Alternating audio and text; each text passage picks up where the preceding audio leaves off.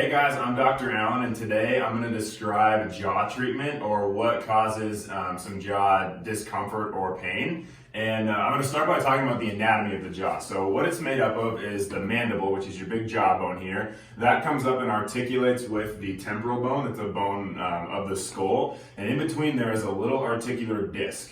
Okay, and around that whole joint is a handful of muscles.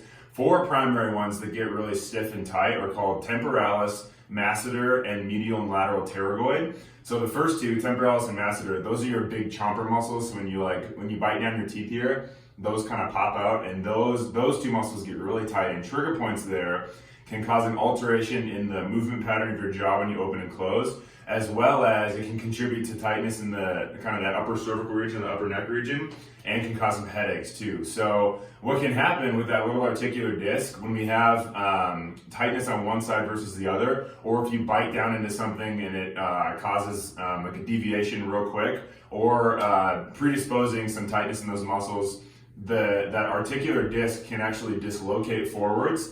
And that's when patients will come in and they'll say, I can't fully open my jaw, or it's kind of locked and they can't fully close. Because of that disc pinched forward, that TMJ is not able to fully come back down and articulate as it's supposed to.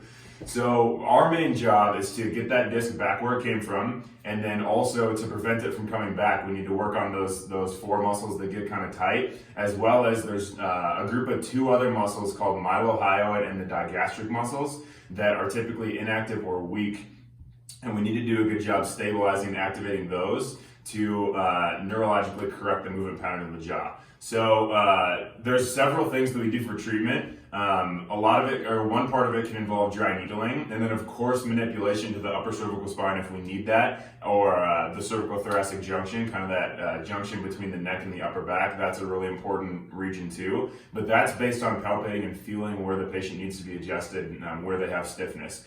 And then another big part of it is called PIR stretching. So that's the part I'm going to show here, and then we'll put everything together. So PIR stretching is described by, we take the muscle to its point of muscular tension, and then the patient activates those muscles really lightly. So basically stretch, activate, stretch, activate, stretch, activate, usually in a pattern of 3. And we usually hold it for up to 20 seconds. I'm not going to do that in the video just for time's sake, but I'll show a demonstration of PIR stretching for the jaw here. So I'm going to take temporalis, masseter, and those other described muscles and stretch them, and then Gina's going to lightly bite up into my thumb without moving the jaw, just kind of lightly meet my resistance, and then we'll do that back and forth here. So Gina, lightly open here. I'm going to put my thumb on your bottom row of teeth, and then you totally relax your jaw. I'm going to move you down just a little bit to a point of muscular tension, and then you really lightly bite down, so kind of just like meet my resistance. Perfect, and then we hold that for about 20 seconds, and then relax, Gina. We'll go down a second time.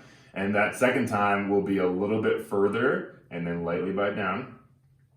Good, hold that again for about up to 20 seconds, and then relax there. And a third time we'll go all the way down, and then lightly bite down. Again, hold for about 20 seconds. And then what we do is, Gina, totally relax your jaw, and I'm just gonna kind of lightly oscillate it to put a little bit of movement in the jaw. So I'm just gonna kind of move it just a little bit here, so you totally relax. I know it's kind of a weird feeling. Perfect, and that's a good way to put a quick stretch on the muscles around the jaw, which will do a good job relaxing them.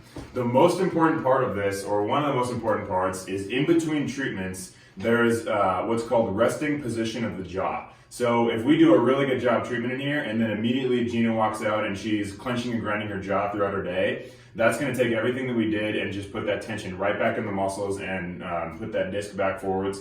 So resting position of the jaw is lips together, teeth apart, and tongue to the roof of your mouth. So you can try, if you put 2 fingers underneath your chin and press the tongue to the roof of your mouth, you'll feel those muscles pop out, and that's the mylohyoid muscle and the digastric muscles, and those are inactive and weak. And that serves to activate those muscles, but more importantly, when you have that lips together, teeth apart, tongue to the roof of your mouth position, that prevents you from clenching and grinding throughout your day. So the 3 most common causes of clenching and grinding are stress, anxiety, and doing things with your hands, like driving or sewing or cooking or other things that are involving your hands. So we need to do a really good job in between treatments of avoiding that clenching and grinding. And especially if you clench and grind at night, fixing it during the day habitually will prevent it from doing that at night, because it's a motor program that we need to fix. So resting position of the jaw, PIR stretching, dry needling, and manipulation is a really powerful protocol for jaw pain and dysfunction. So that's what we do for that. And thanks for watching, and keep watching for other videos. Again, I'm Dr. Allen with Pro Chiropractic.